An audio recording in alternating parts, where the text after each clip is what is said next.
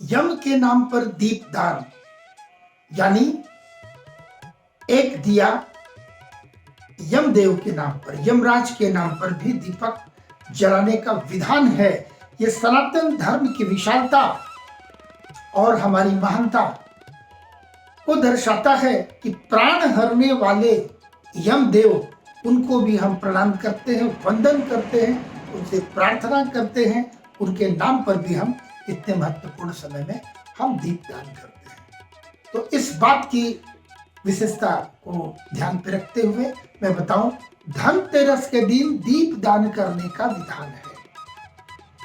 अब इस पर मुख्य चीज पर ध्यान रखने की बात है, वो दीपक घर पे कौन जलाए, कब जलाएं, कैसे जलाएं, कहाँ रखें, इन बातों को ख्याल रखने की आवश्यकता है।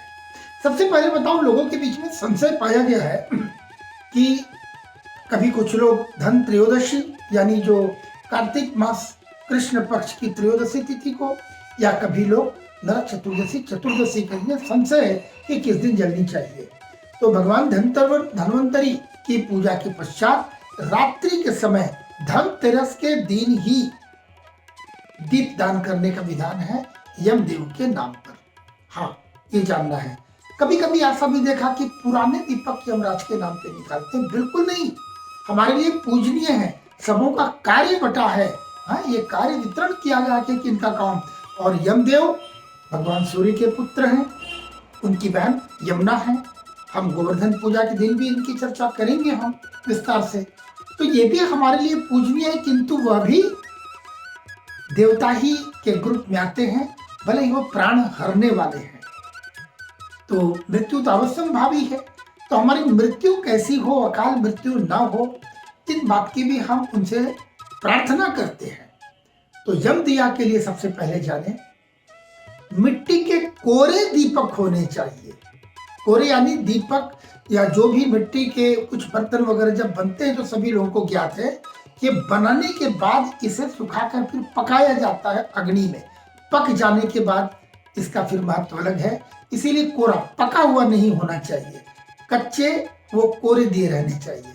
किंतु शहरों में इसकी उपलब्धता थोड़ी कम है, हो सकता है सबों के लिए सुलभ ना हो कोरे दीपक। तो उसकी जगह में इसका मैं आपको विकल्प बता देता हूं जो बहुत साधारण है और बहुत ही सुलभ है। घर में आटा गूंद कर, गेहूं के आटे को गूंद कर एक दीपक बना ले, और वो दीपक निर्माण जब करेंगे तो चार मुखी, चारों तरफ उनके मुख होने चाहिए दिया के। और तब स्पष्ट है कि चार मुंह वाली दिया, यानी चार बत्ती लगेंगी, दो बत्ती दोनों की ओर छोर से लेते हुए चारों दिशाओं में दीपक प्रज्वलित की जाएगी। ऐसी ध्यान पे रखते हुए, इसी बात को ध्यान पे रखते हुए आप अपने दीपक का निर्माण करेंगे गेहूं के कच्चे आटे को गूंद कर। जब घर के सभी सदस्य सो जाएं तो घर के जो मुखिया, यानी घर में जो सबसे ज्यादा उम्र के लोग, जो सबसे बुजुर्ग हैं, वो नानी दादी हो सकती हैं, माता जी हो सकती है घर में, तो ये आपका काम है कि घर में सभी के सोने के पश्चात आटे के उस दीपक में तेल, ये तिल का तेल डालेंगे उस दीपक में, और नई रुई की बत्ती बनाकर उसे चार मुखी लगाएंगे। जब दो लगाएंगे आर पार तो वो चार दिशा में चार बन जाएंगे। घर के बिल्कुल बाहर, आपके मुख्य परिसर के मुख्य द्वार के भी बाहर, घर से बाहर जाकर लगभग आप बीच में सामने आपका फेस, जो आपका मुख है वो दक्षिणाभिमुख होगा। दक्षिण मुख करके सबसे पहले वहां जल से प्रोक्षण कर ले, उस स्थान को जल से प्रोक्षण करके अनाज की ढेरी रखें, उसके ऊपर में दीप को प्रतिष्ठित करेंगे, दिया को, और पहले पूजन कर ले मानस भाव से, जो भी हो थोड़ा जल देकर धूप दीप चावल इत्यादि से दीपक की पूजा करके प्रज्वलित करेंगे दीपक दक्षिण मुख होकर।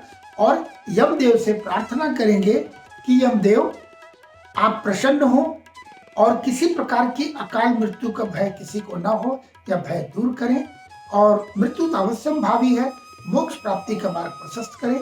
इस प्रार्थना के साथ में यमदेव को प्रणाम करते हुए दीपक प्रज्वलित करेंगे।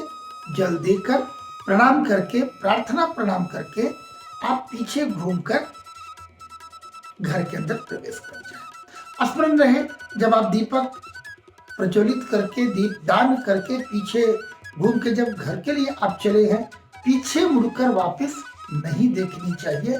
प्रार्थना करके सीधा घर पे चले आए। यही विधान है यमदीप का। तो त्रयोदशी के दिन आटे के दीपक में 4 मुखी दिया और तिल के तेल से बत्ती बनाकर प्रज्वलित करना, पूजा करके श्रद्धा भाव से प्रणाम करके चले आएंगे। तो ऐसा ही किया जाए और आने वाली पीढ़ी को भी ये जानकारी देती रहनी है कि कैसे किया जाता है। अपनी बहू बेटियों को, बच्चों को भी अवश्य बताएं।